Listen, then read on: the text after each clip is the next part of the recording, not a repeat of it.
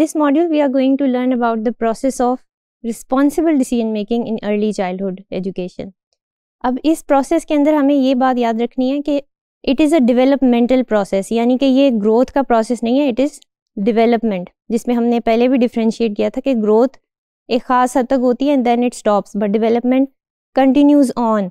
So the decision making process is developing, it is evolving as the child is growing, so keep that in mind. And for that decision making process to be developing in a very good pace, you need to be very supportive and nurturing towards the child. So what are those factors? कौन से ऐसे factors हैं, कौन सी ऐसी activities हैं, कौन से ऐसे steps हैं जो हम as caregivers या as teachers हम ले सकते हैं बच्चों को responsible decision making की तरफ लेके आने के लिए. Now if you remember कि ये पिछले मॉड्यूल्स में हम डिस्कस कर चुके हैं कि सोशल इमोशनल लर्निंग के देर आर 5 कॉम्पिटेंसीज. इससे पहले हमने मैनेजमेंट पे बात की, सेल्फ मैनेजमेंट, सेल्फ अवेयरनेस. अब हम रिस्पॉन्सिबल डिसीजन मेकिंग पर बात कर रहे हैं. After that we will talk about social awareness and then finally relationship skills. Responsible decision making is all about making constructive choices, और कंस्ट्रक्टिव चॉइसेस का मतलब ये है कि you make those decisions which develop you as an individual. चाहे आप, if you are a child, if you are a teacher, if you are a parent, however you are, your decisions should develop you in the way forward, not going in loop the loop, या एक ही circle में आप घूम रहे हैं. So that is not responsible decision making and that is not good for your growth and development. We are mostly talking about development over here. So अब responsible decision making कैसे साउंड लाइक करती है? मसलन कोई बच्चा जो है वो किस तरह के क्वेश्चंस कर सकता है जिससे ये पता चले कि ये रिस्पॉन्सिबल डिसीजन मेकिंग की बात कर रहा है. Like how will this impact others, is it worth it, why do I want to make this choice, was this a very strong enough choice, या फिर ये चॉइस मुझे हेल्प कर रही है या नहीं कर रही. दीज आर ऑल क्वेश्चंस जो कि एक रिस्पॉन्सिबल डिसीजन मेकिंग वाला जो बच्चा है जिसको सिखाई गई है स्टेप बाय स्टेप, वो इस तरह के क्वेश्चंस करता है. फिर it can look like if the child is identifying problems, if he और she is solving problems, if he is evaluating, reflecting and making ethically responsible decision, it means कि आप you are on the right track and you are guiding the child in the right way. अब there are some aspects of responsible decision making in early childhood. Now the first aspect of decision making is autonomy and independence. Now क्या होता क्या है कि जब बच्चा शुरू में अपने काम खुद करना चाहता है या he wants to be independent, he wants to do more of his stuff himself or herself, so that is bringing on the autonomy, the independence in the child. और ये छोटे छोटे डिसीजंस से ही शुरू होता है. मसलन एक बहुत छोटा बच्चा है, उसके अगर हम कहें कि if we go back to when the child first made the decision, तो यहाँ से हम कह सकते हैं कि when the child is preferring a certain type of food and disliking a certain type of food. अगर वो एक तरह का फूड खा रहा है, इट इज़ वेरी प्रिमिटिव या बायोलॉजिकल डिसीजन मेकिंग हम कह सकते हैं, but it is the start of it. So if your child or your baby is making choices about food, about small things, about a certain toy, if you present him with 2 toys and he prefers one of them, it means there is some kind of decision making that is going on in the head of the child, या कोई thinking process है उसके पीछे. So it moves on to autonomy and independence. फिर उसके बाद decision making से क्या फ़ायदा होता है कि बच्चे के अंदर self confidence आता है, which is very essential, and we should promote more and more decision making practices frequently, continuously to the child. We should present with opportunities ताकि उसमें वो confidence develop हो.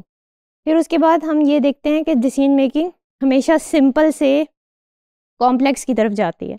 बच्चे पहले simple decisions करते हैं, छोटे छोटे जो इतने ज़्यादा complex नहीं होते, which involve 1 or 2 factors like eating something or not, going somewhere or not, इस तरह के. And then they move on to more complex decision like what do I want to wear to my friend's birthday party or something like that, या मुझे किस तरह का gift bye करना है अपने फ्रेंड के लिए, that is also a complex decision. फिर उसके बाद कंक्रीट टू एब्स्ट्रैक्ट थिंकिंग. अब बच्चे जो हैं वो कॉन्क्रीट थिंकिंग करते हैं. शुरू में जो चीज़ें उनके सेंसेस में आती हैं, जो चीज़ें वो देख सकते हैं, जो इन्फॉर्मेशन उनको प्रेजेंट की जाती है, वो उसी की बेस पर डिसीजन कर सकते हैं. They can not think about abstract things और एब्स्ट्रैक्ट कॉन्सेप्ट्स, और इसके लिए उन्हें थोड़े एडवांस स्टेजेस पे जाने की ज़रूरत होती है when they are able to imagine a concept without it being existing right in front of them. फिर उसके बाद ट्रायल एंड एरर है। बच्चे ट्रायल एंड एरर से डिसीजन मेकिंग को बार बार प्रैक्टिस करके सीखते हैं, and if you present that opportunity they are going to make better decisions. As a caregiver, as a teacher, आपको ये अपॉर्चुनिटी, इससे फ़ायदा उठाना चाहिए कि ट्रायल एंड एरर्स के मौके फ़राहम करें। उसके बाद इन्फ्लुएंस ऑफ केयर गिवर्स, या जो बच्चों का ख्याल रख रहे हैं, पेरेंट्स हैं, टीचर्स हैं, केयर गिवर्स हैं, जो भी हैं, उनका एक ख़ास इन्फ्लुएंस होता है। The kind of influence they have on the child very much affects the kind of decisions the child is going to make. If your influence is very fearful, if your influence is very controlling, or you are always setting boundaries, don't do this, don't do that, so the child will not practice as much decision making with independence. Learning from consequences, एक और चीज़ जो हमें जहन में रखनी है वो ये कि अर्ली चाइल्डहुड में बच्चों की लर्निंग मोस्टली कॉन्सिक्वेंशियल बेसिस पे होती है, यानी कि if they do something, if A is done then the result is good, if B is done the result is bad, so they associate these consequences to the factors that identify. मैं A और B इसलिए कह रही हूँ, they can be a lot of examples, but if we do आप कई examples जो हैं वो इंटरनेट पे भी देख सकते हैं, हमें रोज़मर्रा ज़िंदगी में भी देखने को मिलती हैं। तो it is just to give you an idea of what consequential learning is or how they think about it. फिर प्रॉब्लम सॉल्विंग स्किल्स आ जाती हैं, और ये भी डेवलप होती हैं in the process of decision making.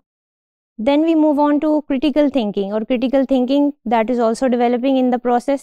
And if you provide such opportunities जिसमें बच्चे को alternative options दिए जाएं, उनके consequences बताए जाएं, या उनके effects को discuss किया जाए, so this develops the critical thinking in children. Then one more aspect of responsible decision making is consistency and predictability. मसलन अगर आप बच्चे को अपॉर्चुनिटीज़ दे रहे हैं डिसीजंस के, तो give them that opportunity every day, let them make decisions about small things in their day to day lifes, be consistent and be very predictable. उनको पता होना चाहिए अगर हम ये काम करेंगे तो उसका ये आउटकम है। डोंट प्रेजेंट अनप्रिडिक्टेबल सॉल्यूशंस और unpredictable results to children, because in the early childhood they are not able to comprehend the unpredictability factor. Therefore that they need to develop abstract thinking, जो कि अभी later on after toddler या after let's say कि 6 years develop होती है. So wait until that time to introduce unpredictability. Then we move on to a very important factor, that is balancing their freedom and their safety.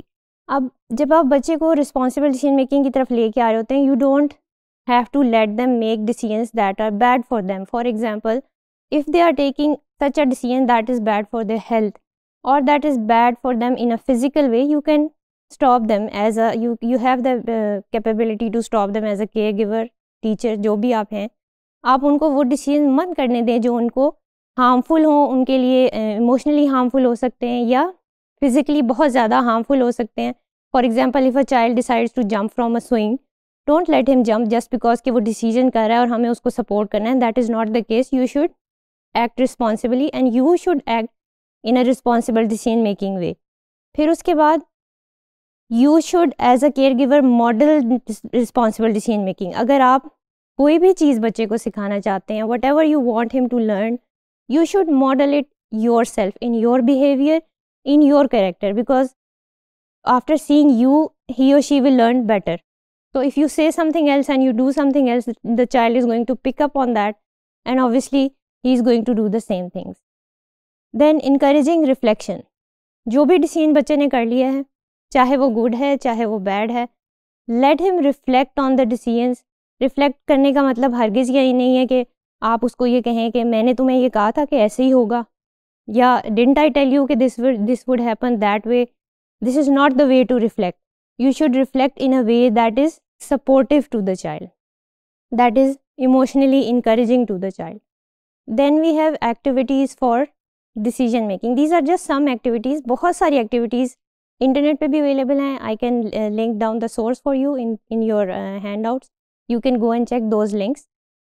There are certain activities that are tested and that are evidence based, and there is research being conducted on such activities. मसलन ये सारी वो activities हैं जिनको हम रोज़मर्रा ज़िंदगी में जिनकी हम बात सुनते हैं. फॉर एग्जांपल म्यूज़िकल चेयर्स हैं. It is a very good decision making exercise. फिर टिक टैक टो है. देन एंट एंड एलिफेंट है, जिसमें आप बच्चे से ये पूछते हैं कि would you be an ant और एन एलिफेंट. और उसकी रीजंस दें कि वो क्यों एंड बनना चाहता है ये एलिफेंट। फिर इसी तरह वुड यू रैदर गेम्स हैं, हाइड एंड सीक है, हाउ द स्टोरी गोज़ में पिक्चर्स होते हैं और आप पिक्चर्स को उठाते हैं और बच्चे को कहते हैं you see this picture and you just make up 1 line और 2 लाइन स्टोरी अबाउट इट। तो हाउ द स्टोरी गोज़ में it is a very open ended story making exercise जिसको बच्चे बहुत इंजॉय करते हैं and it is good for decision making. Then stuck on a deserted island में आप उसको बता सकते हैं कि 3 थिंग्स आपके पास हैं और आपने कोई सी 3 थिंग चूज़ करनी है। How would you get out of the island, what would you do. So these are some of the activities which you can do to encourage responsible decision making. आगे हम जाके कुछ ऐसे फैक्टर्स पर discuss करेंगे या बात करेंगे कि जो टीचर्स कर सकते हैं, जो पेरेंट्स कर सकते हैं और किस तरह से बच्चों को हमें अप्रोच करना है फॉर डिसीजन मेकिंग प्रोसेस।